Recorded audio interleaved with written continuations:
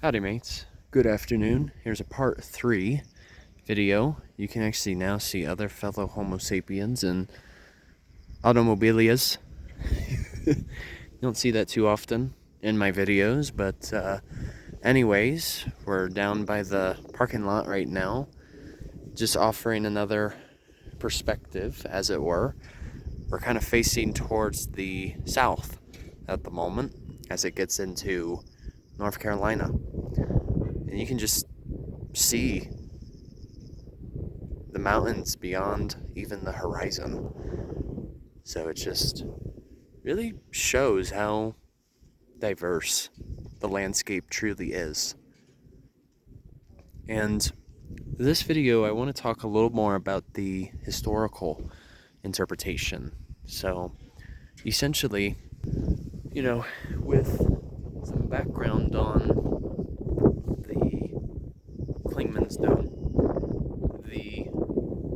what is now known as the Smoky Mountains, they always held a very sacred place to the Cherokee Indians that once spanned through here. And they had a particular name for this place.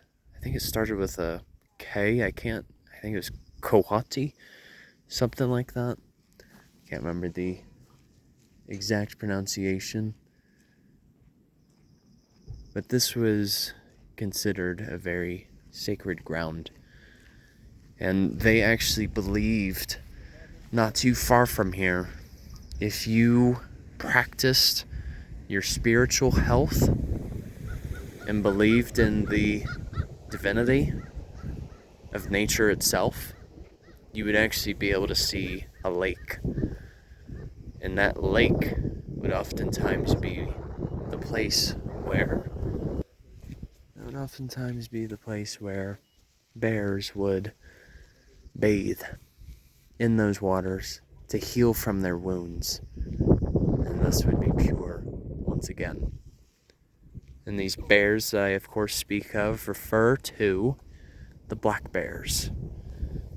And for the Cherokee, the bears truly symbolized a means of respect, that they were not to be tampered, and that they truly held a symbolism for their land. Now, that being said, as it got into the earlier 1800s or the 19th century, Andrew Jackson, he was the one on the $20 bill, and who was president at the time. He enforced the Indian Removal Act, and it was especially prominent here. And as a result, that became known as the Trail of Tears. Just imagine, that this is your home. This is the land that you know so well because you grew up here your whole life. And then to just all of a sudden be forced away from your home that you know best.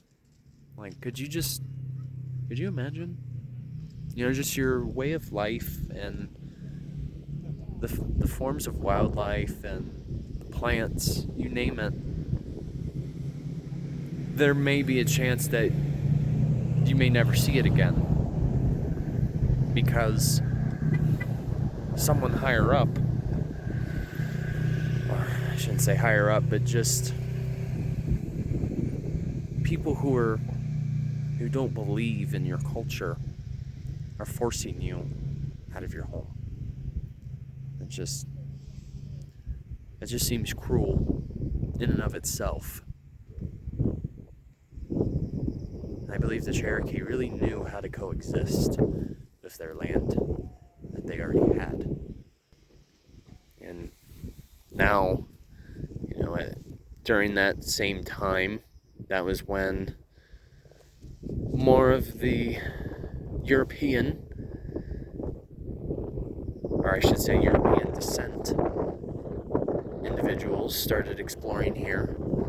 They were studying some of the botany, the atmosphere, the climate, even the geology, that became a little more prominent in the 1850s, just before the Civil War. And one of those individuals went by the name of Thomas Clingman.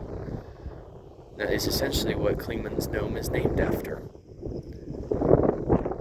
In 1858, he climbed all the way up to this peak along with a couple of his partners. One of them went by the name of Samuel Buckley, who was a fellow naturalist. And then he also had an individual by the name of Professor Guyot, who was an atmospheric scientist, who I believe came from Stanford. But the point is,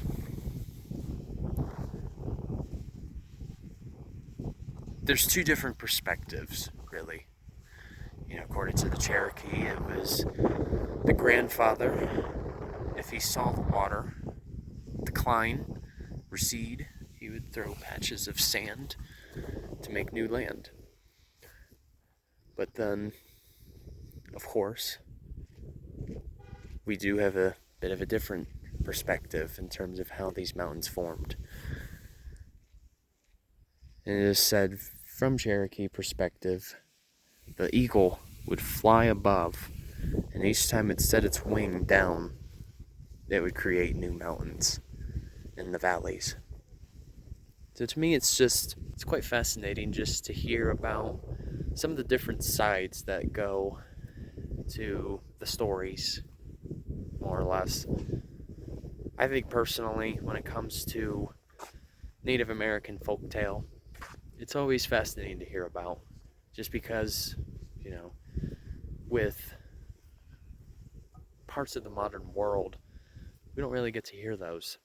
You could say we're more indoctrinated more than anything to read from different books written by scientists. I mean, granted, it's your choice what you choose to believe in. But, I don't know. I guess I just like to keep a rather open mindset. I think it's really a matter of finding that balance. And that's exactly what nature does too. So, alright, you guys, take care. Enjoy your Monday. See ya.